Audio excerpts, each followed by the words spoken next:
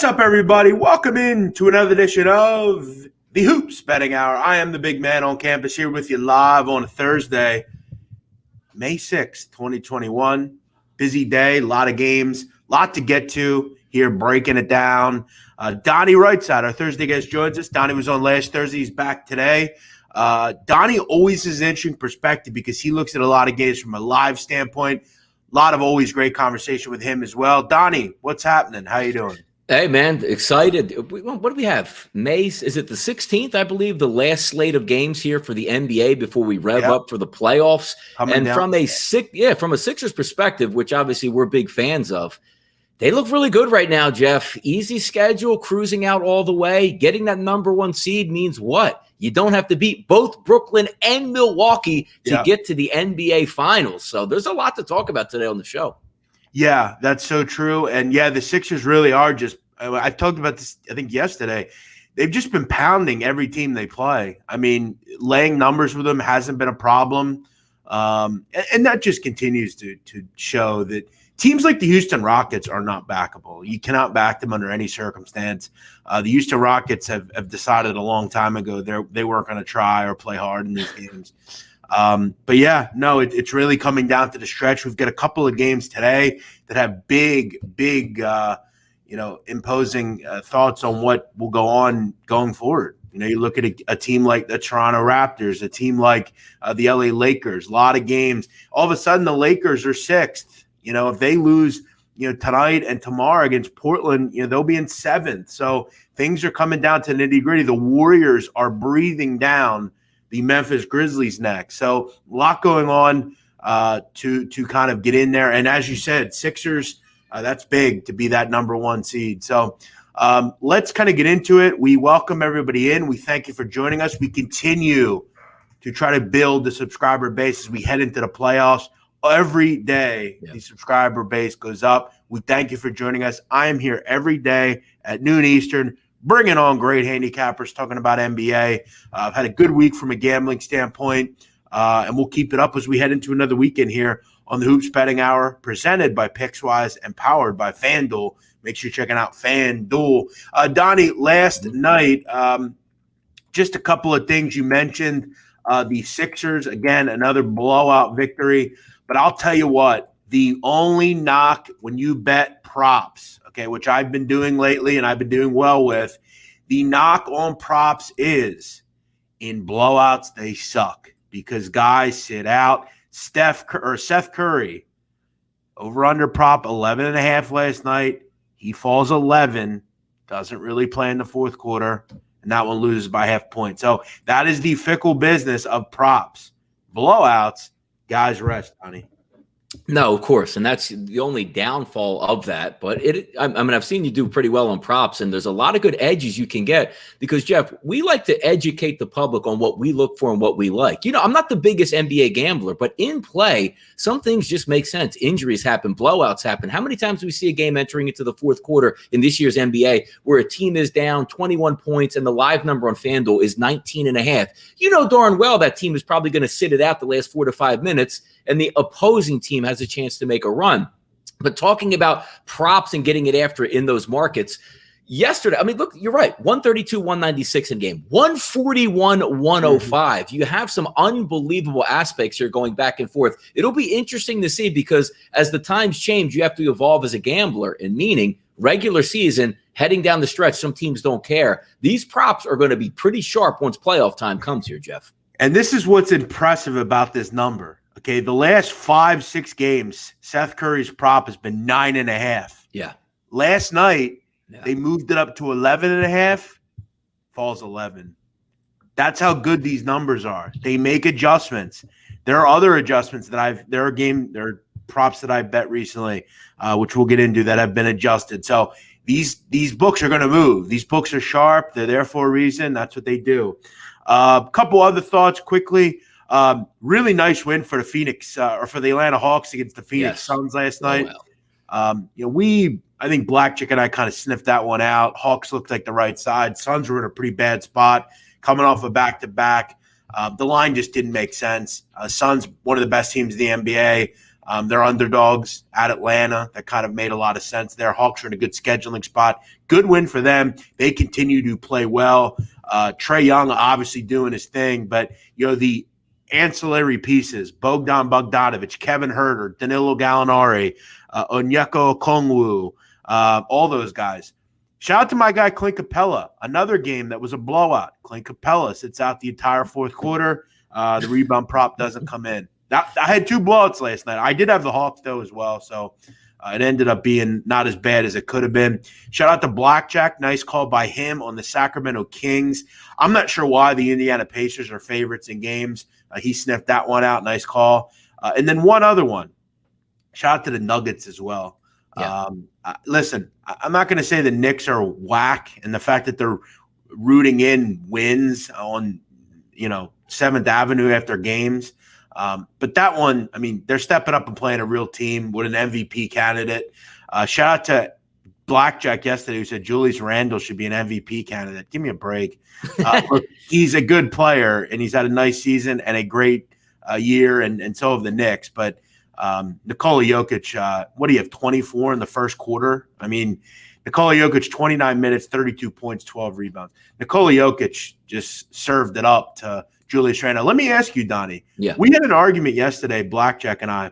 I said there are 3 players in the NBA I would not want to mess with off the court or on the court for that matter. Okay. Marcus and Markieff Morris.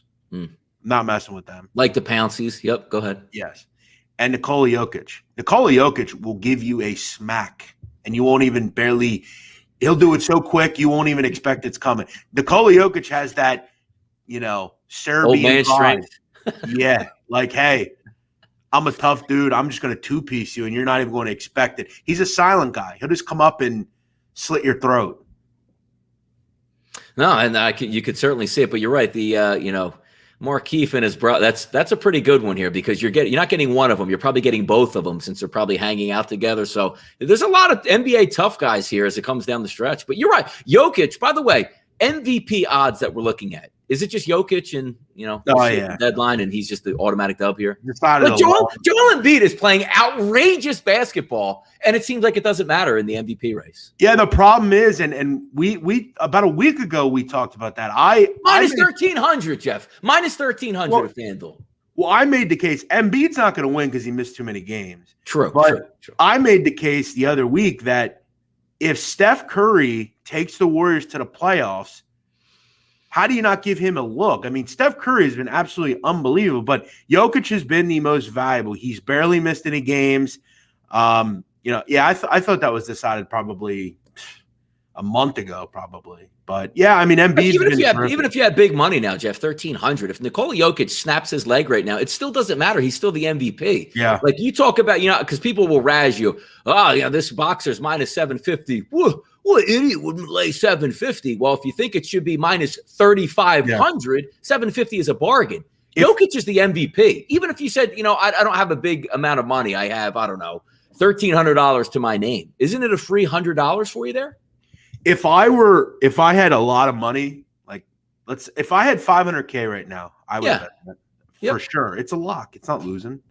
And that's where we get into some really precarious conversations because I've talked before about like with props, like NFL draft stuff, that kind of thing. Remember we talked about NFL draft prop. That under 5.5 quarterbacks was a lock. It was not losing.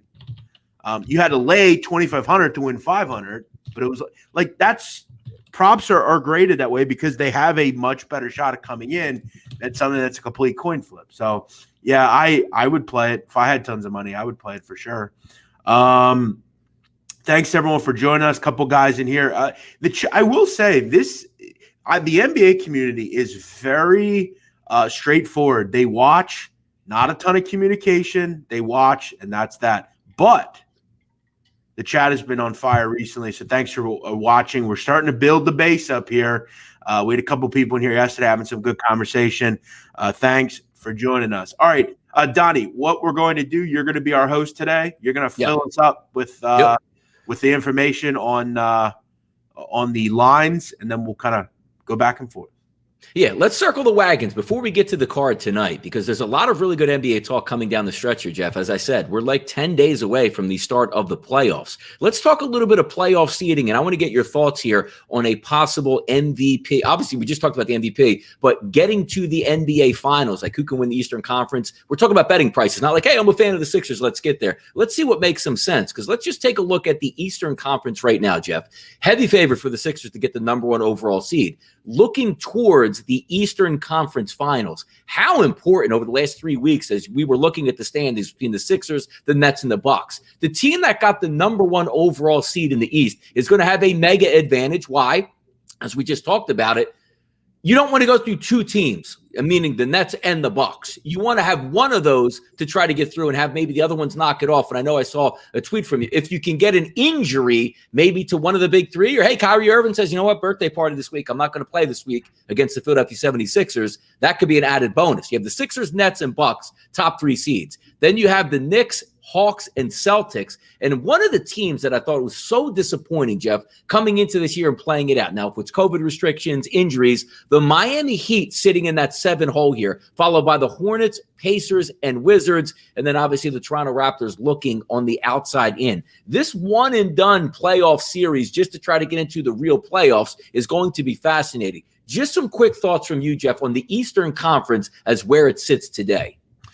Yeah, I mean, start right out with the Heat. I mean, at 7th, I mean, they're kind of limping in. They haven't had a consistent year. They've been very good defensively. The problem for them has just been consistent offense. Tyler Hero fell off a cliff.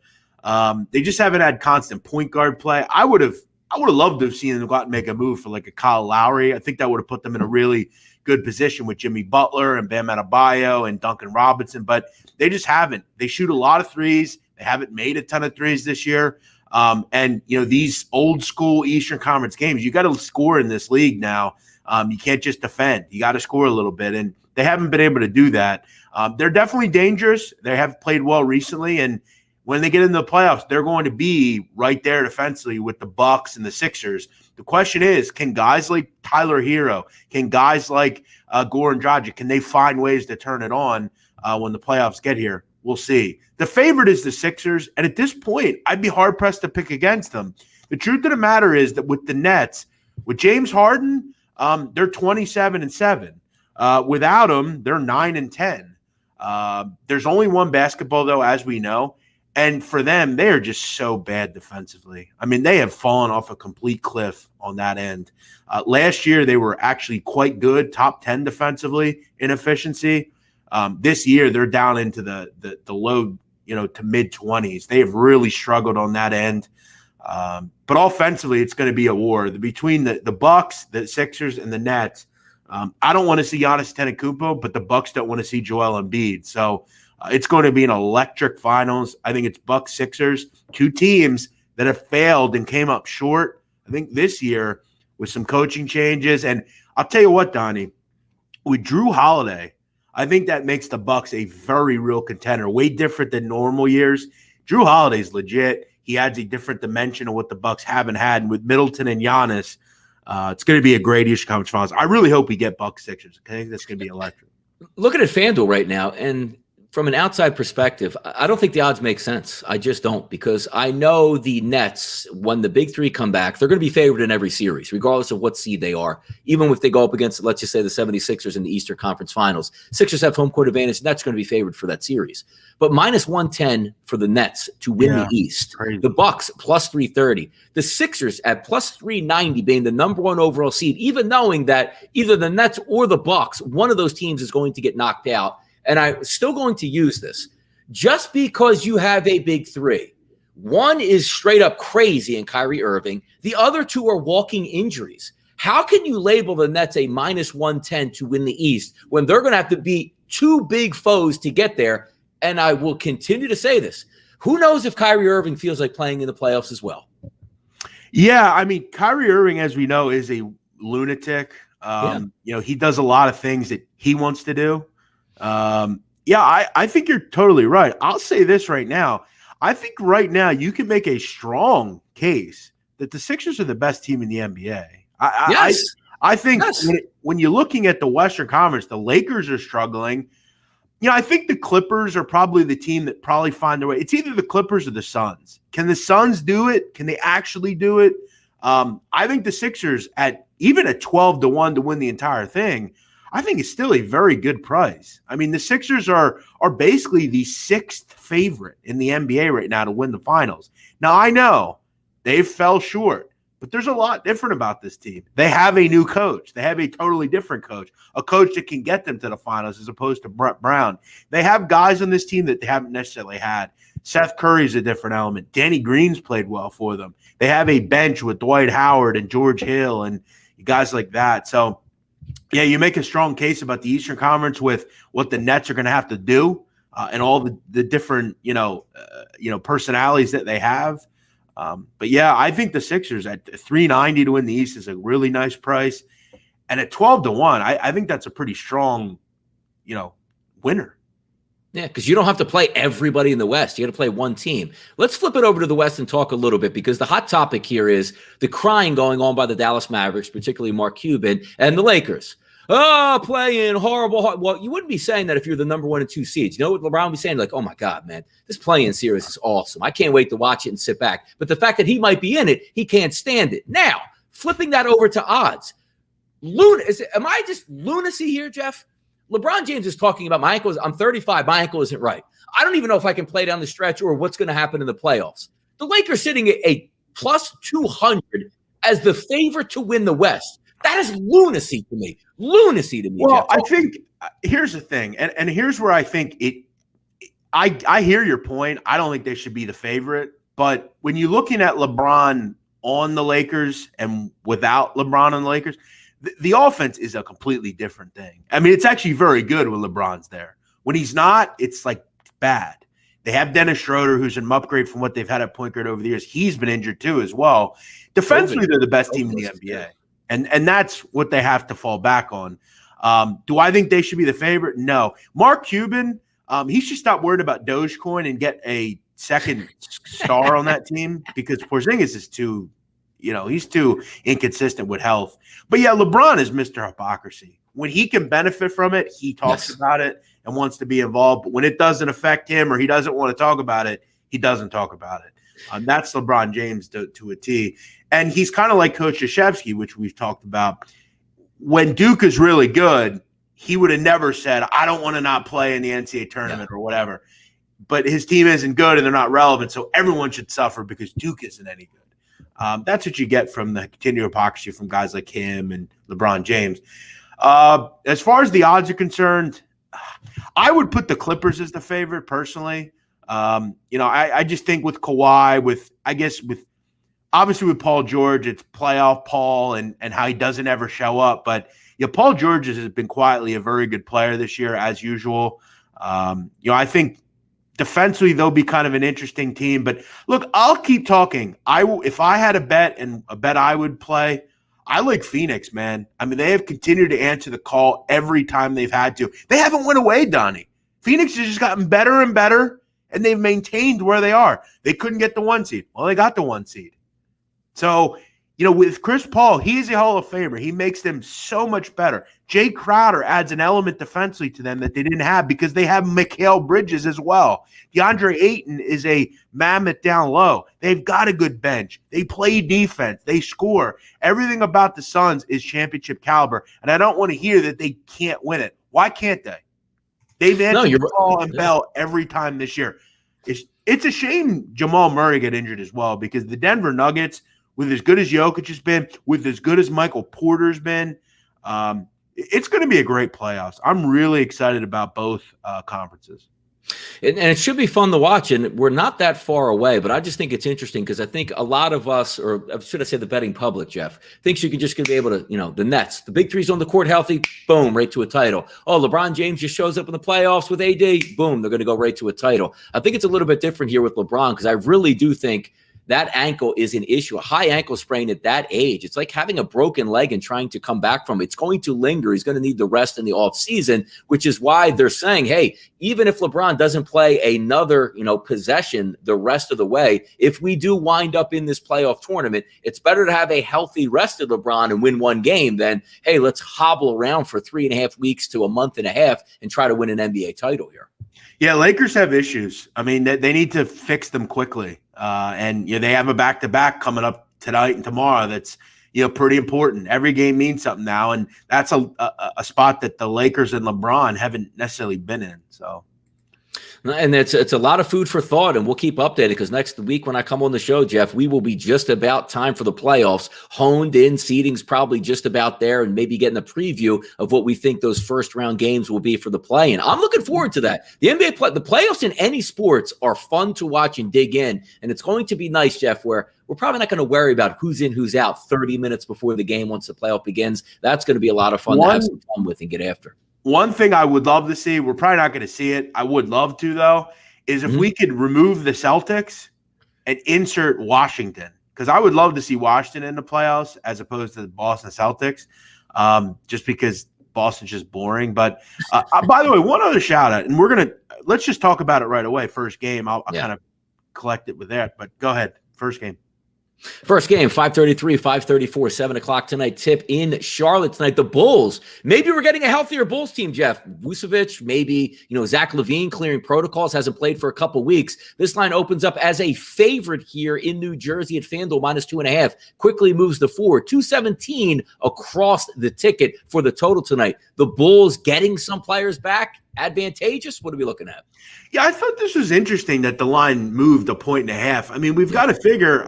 But here's the thing: Levine and Vucevic are not going to play, 40 minutes tonight. Right. But getting them back's big. I mean, we talked about for the 2 weeks now since this show started again. The Bulls' offense without Levine has been dreadful. I mean, they've just been hard to watch. Getting those guys back in any form or fashion is huge, especially Levine. I do want to shout out the Hornets, though. Shout out to Michael Jordan and the Hornets. I mean, this is a team that has been bad for a long time. They go out and get a guy like LaMelo Ball. I mean, they've really withstood a lot of, bullets whizzing by as far as teams that want to take a shot at them, and they're still there in the playoff hunt. So shout out to the Charlotte Hornets who are in this position. This is a tough game, though. We don't know what the Bulls are going to do as far as who they're, how much they're going to get those guys back. No PJ Washington, no Miles Bridges for the Hornets. I will say 4 seemed a bit high just because I don't know how much of a difference those guys are going to make. The Hornets have seemed to answer a lot of calls. I'm not going to be involved with this game. If I had to play it, I would lean Hornets, but it's a tough game just with personnel and just with how often these guys are going to play. So it's a pass over for me. But shout out to the Hornets who are going to be in the playoffs likely. Second lowest total of the day today, Jeff, is going to be from that Bulls-Hornets game. We'll keep an eye on that. Flipping to a much higher scoring game, what we anticipate being 5:35, 5:36. The Nets travel to play the Dallas Mavericks. Opening line here at FanDuel here in New Jersey, -4. Actually dropped the half point, Jeff, to -3.5. 234 standing tall across the board in this one. Obviously, we know 2 of the 3 are going to play for the Nets. Taking a look at the Mavericks in this one, they do not want to lose a game, Jeff, and have the possibility of playing in a playoff game, of playing in the play-in to get to the playoffs. Does that factor in, Jeff, when you look at this Mavericks game versus the Nets? Or did you say, hey, short favor for the Nets, I'll take Kyrie and KD all day long? Yeah, I've actually kind of, in my capping this game, I kind of told myself I'm not involved really with the side here. I do think, and this is important when it comes to the play I'm going to make, I expect this is a close game. Dallas is playing pretty well right now. Luka's really put them on his back, basically. Porzingis has been out. Him and Tim Hardaway have been very good. Shout out to Tim Hardaway, who's coming off a huge game. Keep in mind, one thing to remember about this game, Luka Doncic is 1 technical away from a suspension. So yes, he needs to be on his best behavior. He's been a little ornery lately. I said it before, without James Harden, the Nets are 9-10 this year. With him, they're 27-7. So they have been very hit or miss. They've been bad defensively, as I talked about. This is going to be an up and down matchup. One thing about the Nets that continues to be a major issue is while they are bad in transition defense, they are horrific from the perimeter defensively, not only against threes. The mid-range defense has been terrible. This is a Maverick team that I think is going to take advantage and cash in on those things. This is going to be a close game. Luka Doncic, Donnie, has scored 30 or more in 6 of his last 9 games. He's starting to have that playoff feel to him. Luka Doncic is a superstar, as we know. This is a bad defense. I think he uses this game to, as we know, show that this is it. We know he's a superstar. Over 30.5 points for Luka Doncic. I'm on it. I think for them to have a shot in this game, he is going to have to, again, put this team on his back. I think he has plenty of opportunities against a bad defense. Over 30.5, Luka Doncic. By the way, Jeff, I always like to bring these points up because you brought up a good point. One more technical foul and he's going to have to sit a game.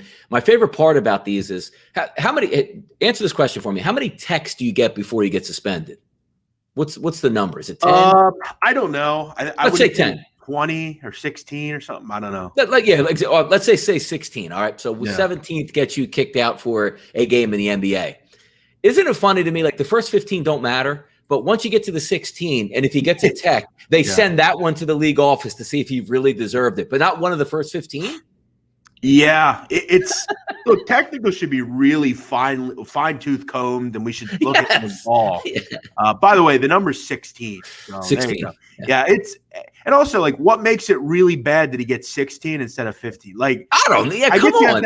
I get you have to have a number, but it's like, look. Why don't here's an idea. Here's an idea, NBA. Yeah. Why don't we put the refs a little bit more under the microscope instead of letting them just do whatever they want? And we don't ever put them up. Why don't refs ever get put? Why with all the crap we've seen over the years with people like clowns like Tim Donaghy and Bennett Malloy and all these different guys? Why the hell don't we have them under the microscope? Why'd you give that technical out? There was no tech. He said, that's mine or something. You're gonna give him a tech for that? I'm gonna guess that 12 out of those 16 were whack technicals. Correct. It's the same thing in the NCAA tournament that you watch, like the charge calls out of control. And some of the funnier jokes, which make sense, instead of making like a cool gesture, like back that way, for a charge, why don't you flip it over and they have to do like a belly dance and show their like stomach if it's a charge? They probably wouldn't call it. Or an NBA technical foul. After the game, the NBA goes, all right, I need 10 pages written out on why you actually called that technical. How many technicals would you call? Knowing that I'm not writing a 10-page. I got a quick flight to catch. No, that's not a technical, my bad. Wouldn't you do something just to make it harder for the ref to do it? It is and why would they? The ref have no checks and balances. None. No Zero. one looks at what they do. No, Zero. Even if it's egregious. Well, I saw something different. Yeah.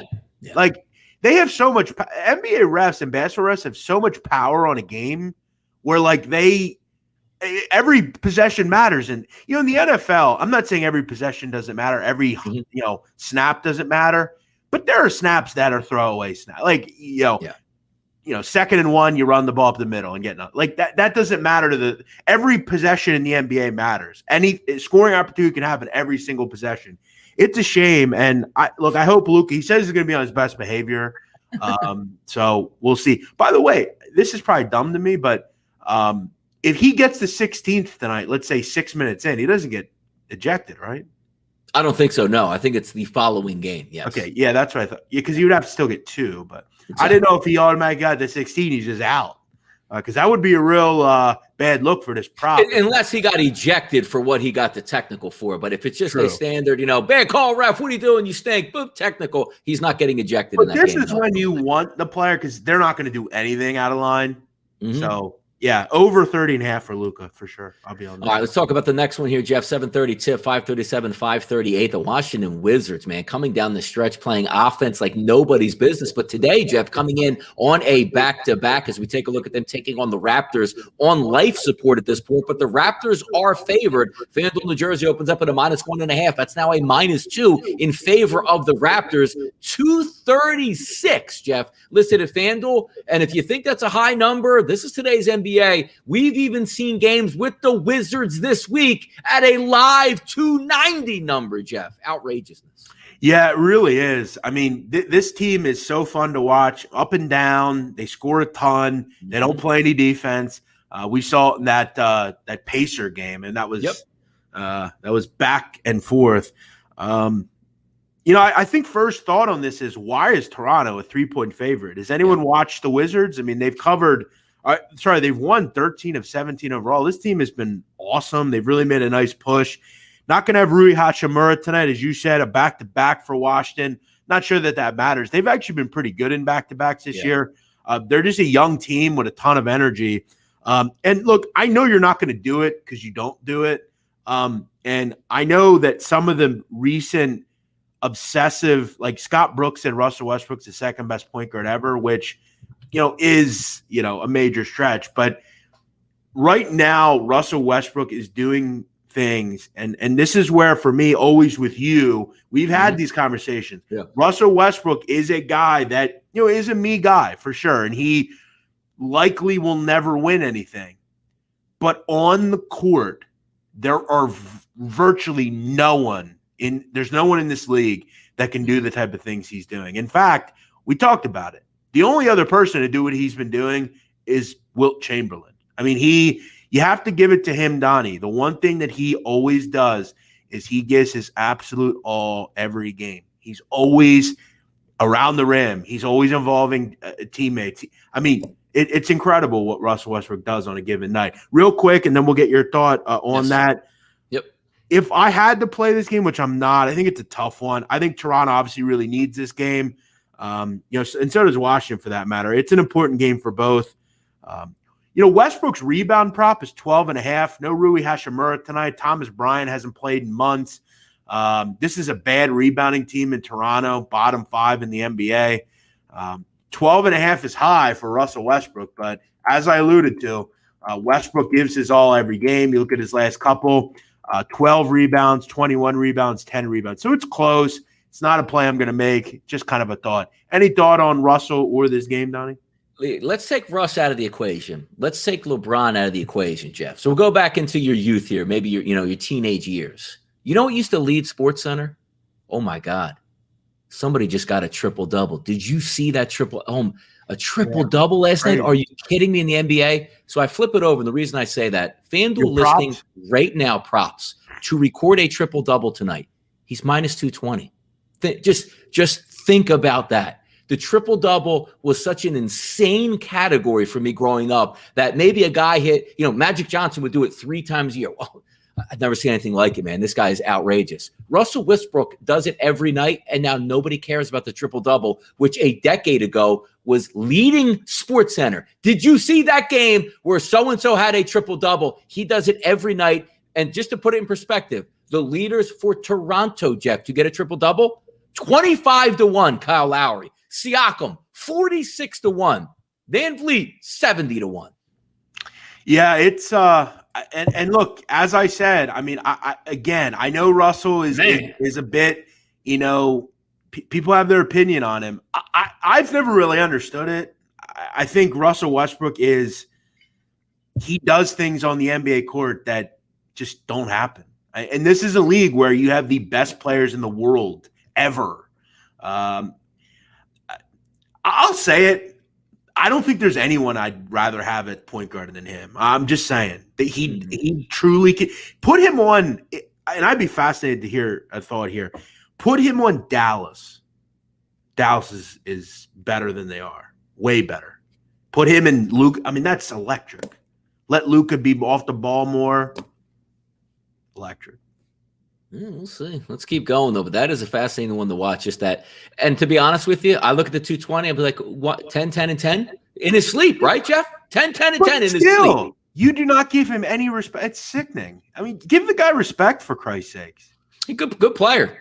Worst teammate in the history of the NBA. He's a Hall of Fame player, Donnie. Hall of Fame player, worst teammate of all time, will never win a championship. So that's where he's going to sit. Donnie, I think here's the thing, with him, and say what you want about his time at certain places.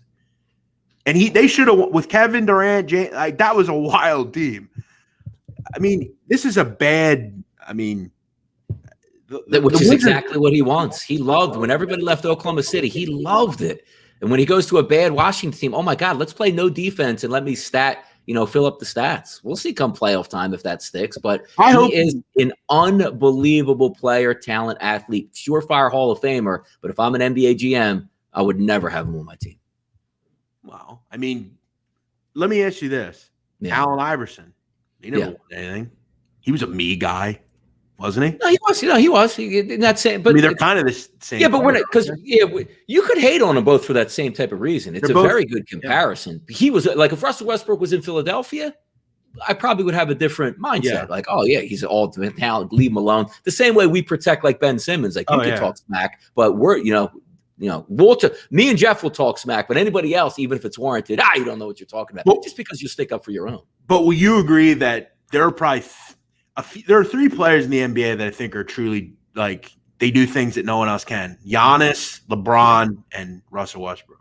Yes, Russ is a freak. He's a freak. It doesn't fit into the scope of a team. But having said that, the old argument against that is if it was so easy, everybody would do it. That's how ridiculous it is. And he actually hurts his own argument, Jeff, if that makes sense, because he does it every night. Russell Westbrook averaged a triple-double for the entire season. We're like, so what?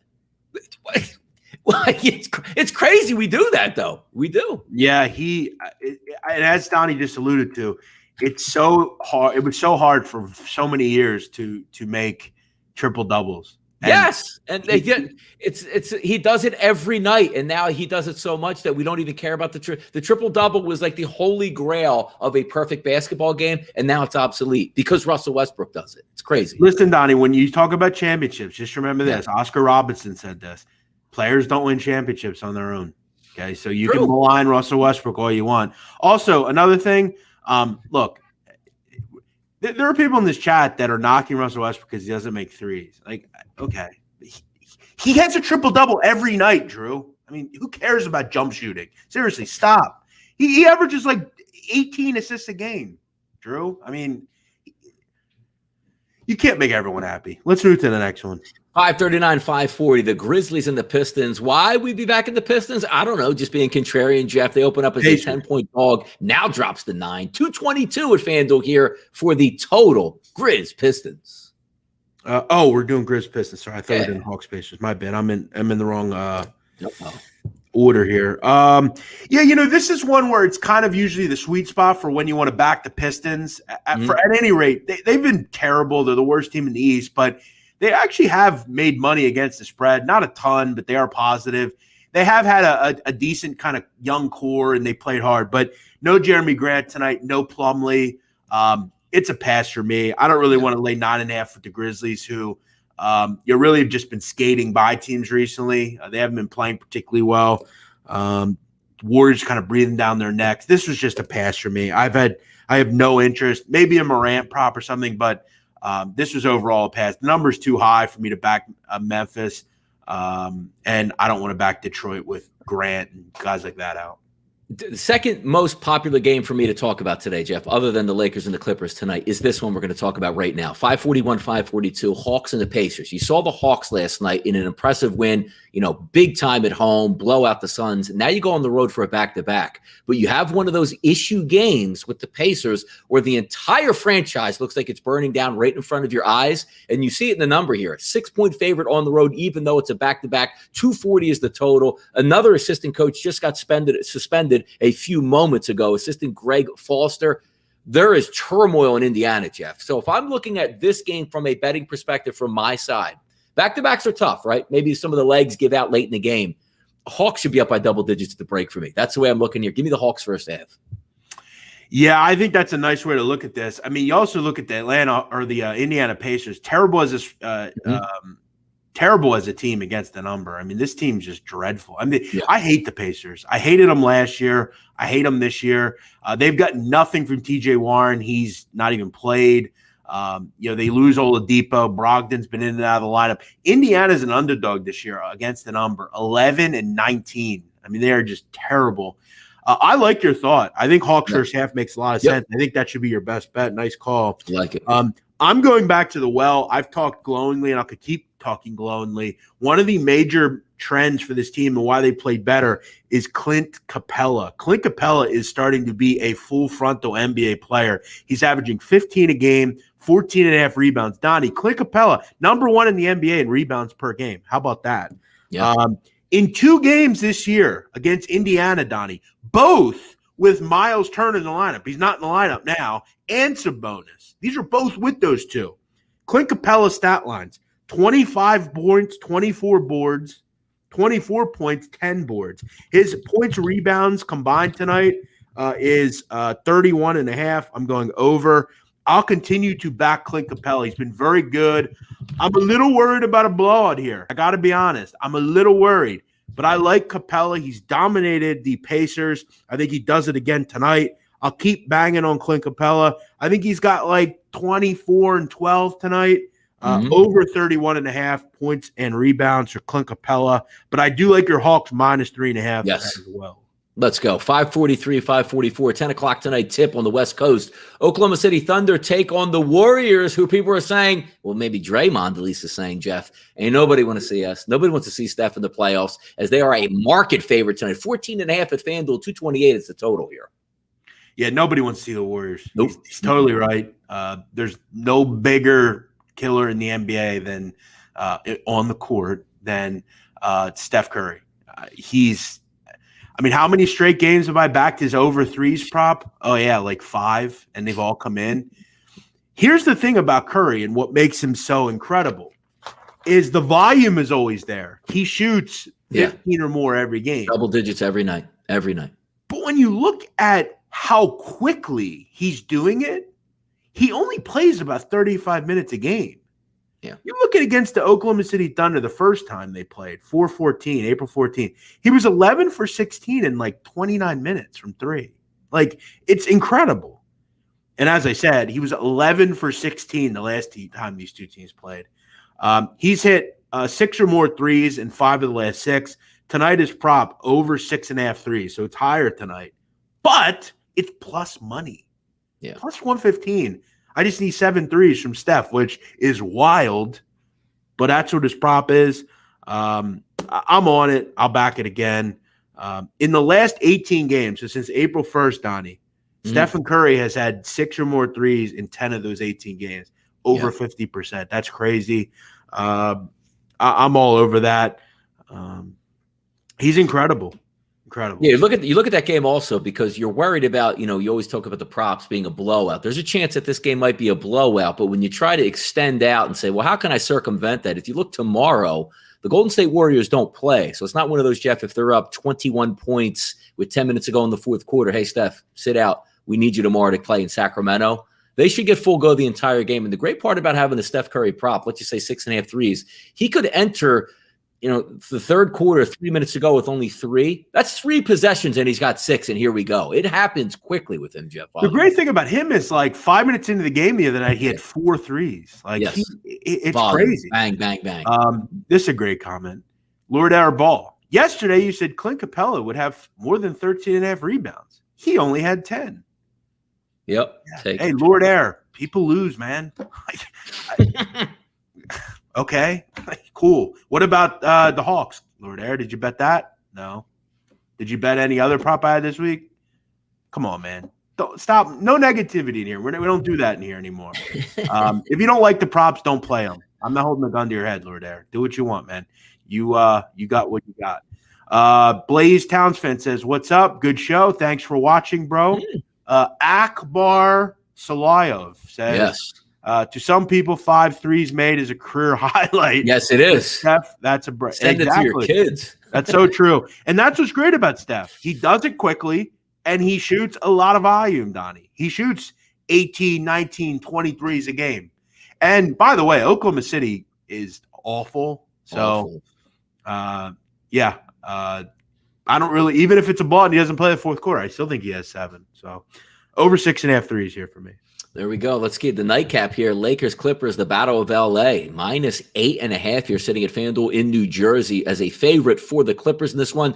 211.5 is the total. We saw the Lakers, the tea leaves coming out. Bron may or may not play down the stretch and waiting to the playoffs. Is this a game where the Clippers come out and say, you know what? LA is our town at this point right now, because I don't know. But the Lakers showed up on a Sunday night when we all thought they were going to lose and maybe heading already into that play-in playoff round. Come up big. Do they come up big tonight? They don't have to win for us, or if you're betting them, just got to cover the 8.5. Yeah, number complete continues to go higher. When I capped it, it was 7.5. It's up to 8.5. Yeah. Look, as we said before, without LeBron James, the Lakers cannot shoot. They cannot score. They turn the ball over a ton. This game is tough because, as you said, Clippers seem like the top dog right now in LA. Without LeBron as well, Lakers scoring 105 points a game. Just not good. Tomorrow's game, I think, is a lot more important. It's tough. 8.5 is high, man. It's I lead on Clippers, but I'm not getting the best price here. I kind of have some other interesting games that I like a lot more than this one. Gun in my head, I'd take the Clippers, but I'm not on it. There you go. Complete the card. Real quick on this one comment I want to kiss, Jeff. We're always, up to date here on restrictions in certain states that you have. Yeah. And I look at and the reason why I want to bring this into sports, I look at the Philadelphia 76ers. You can't tell me right now they're the number one seed. I see promotions going around all over the NBA and the NFL. Hey, show us you're vaccinated, you get in free. Why can't we have 19,000 vaccinated at the Wells Fargo Center, rocking and rolling during this playoff run? Are we going to get gypped out of this, Jeff? We've all been waiting for the Sixers to show their potential and be healthy, which they are right now. 19,000 home, one of the single best home court environments in basketball, and we're going to have like 8,000 people. Come on, man. I have no earthly idea. Help me here, Jeff. I don't get it. I don't understand it. It is a complete hypocrisy. You must get this vaccine. It is absolutely the end of the world if you don't. But your life isn't going to change that much. I mean, I saw Dr. Fauci talking about masks until 2022. I mean, what are we doing here? Listen, I have followed the rules. I have been on my milk carton. Follow the rules. Wear a mask. I still wear a mask everywhere I go. But on June 1st, I am not wearing a mask. And if you want to call the police, go ahead. I'm going to CVS and I'm not doing it. And I'm just not. I'm not doing it. Jeff, why can the CDC say you can gather with your friends and family if you're vaccinated? But if I ask them this question, how about if 19,000 vaccinated people get together? That's ridiculous. Why did I miss something?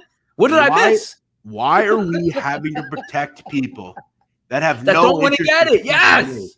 That's the whole point, man. I have it. I should be able to go. They should tell me. I should get an email there from the Sixers like, hey, we saw the national database. You're fully vaccinated. Here's 2 tickets. Come on down, have fun, have a couple beers, and cheer on the Sixers. Why can't we do this? They have those folks that aren't going to get that. They're worried about a microchip.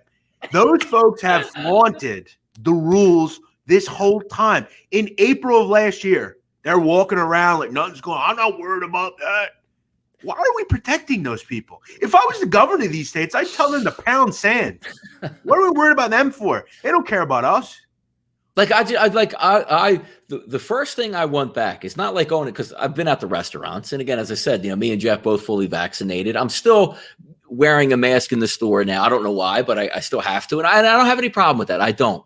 But the single fact is the first thing I want back is fans in the stands are what sports are about. It's theater.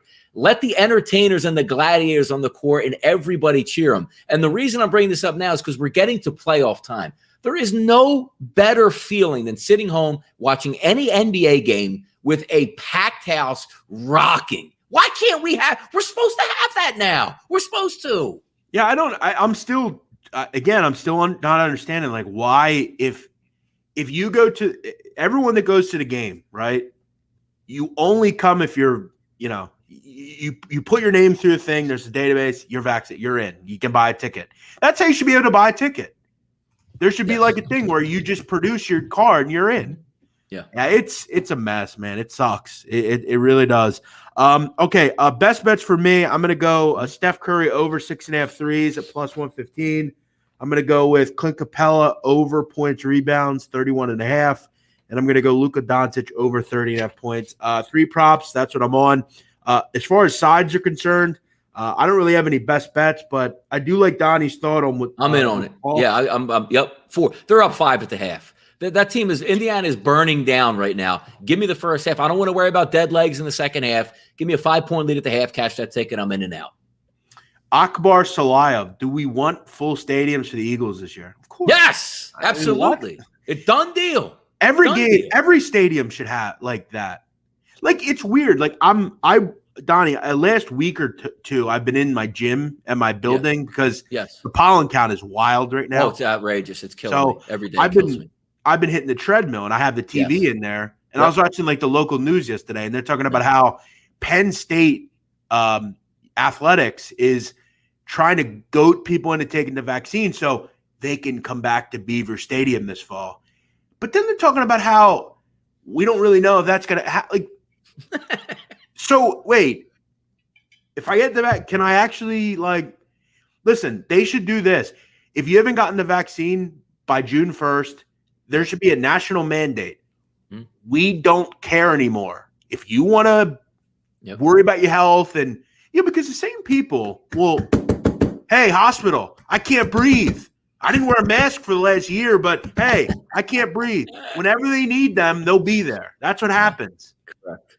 Why do we have to protect those people? I don't know. The people that follow the rules always get screwed. You ever notice that? Yeah, of course, because they're going to tell you have to worry about the people that don't want to get the vaccination or wear masks. So they tell you, Jeff, you better get vaccinated and wear your mask because he doesn't want to, and he might pass the virus around, even though I can't get it with my mask and I'm vaccinated. I don't know. That's yeah. Oh, and it really just hurts the thought that people would even get it in the first place because it's like on one end you're telling me how important it is, but then on the other end you're telling me how. Well, it's really not going to change that much. Yeah, correct. Come on. It sucks. It's stupid. So okay, there you go. Great ending. And I hope we can have some fans. I would. Hey, why does it have one thumb? Is that wrong? Am I saying this correct? I must not updated here. I have one. There we go. At least 14 is ridiculous anyway. If you're watching this on replay, shout it out. Thumbs up, man. Come on now. Let's got to be up to at least 50 plus. Stop the that's one thing I negate to do. I always tell people to subscribe, but make sure you hit the thumbs up button. Tell us what you think of the show. We always get some good people in the return. We're building this thing up, man. The playoffs are going to be here. We always have cool guests. Next couple of days, I got some good guests. Tomorrow, Ian Cameron. On Friday, he joins us. The Whale Capper will join us as well. We'll get him on. I swung that. Him and I talked. We're going to get him on. Sunday we'll have Spread Us There. So a busy weekend here on the show. Lot going on. Donnie, you got the baseball stuff you're doing. By the way, baseball, I'm going to throw this out on Twitter. Go. The Kansas City Royals today. Okay, they profile well. They profile well, Jeff. Cleveland doesn't hit lefties. McKenzie blows. There you go. Give me the Royals. All right, I feel it. What's the Royals price right now? Let's check that FanDuel price here. Let's go. I'll get the live number right off here. The price tonight is -136, over under 8. That high, it's going up. Yeah, people feeling the Royals tonight. I think I'm going to go Royals first 5 -0.5. All right, there you go. Healthy against McKenzie. I think they could scratch it out. All right. Everyone have a good night. Thanks for watching. Thanks as always to Donnie. Always appreciate having him on here. Check out what Donnie's doing. Follow him on Twitter at RightSideVP, RightSideVP. Maybe we'll see him again. Football's coming up, Donnie. He's quick. Everyone have a good night. Thanks for watching. We're back Friday here on the show. As always, Hoops Betting Hour. We're here every day, Monday through Monday, every day. Check it out here on PicksWise, powered by FanDuel. Have a good night. See you.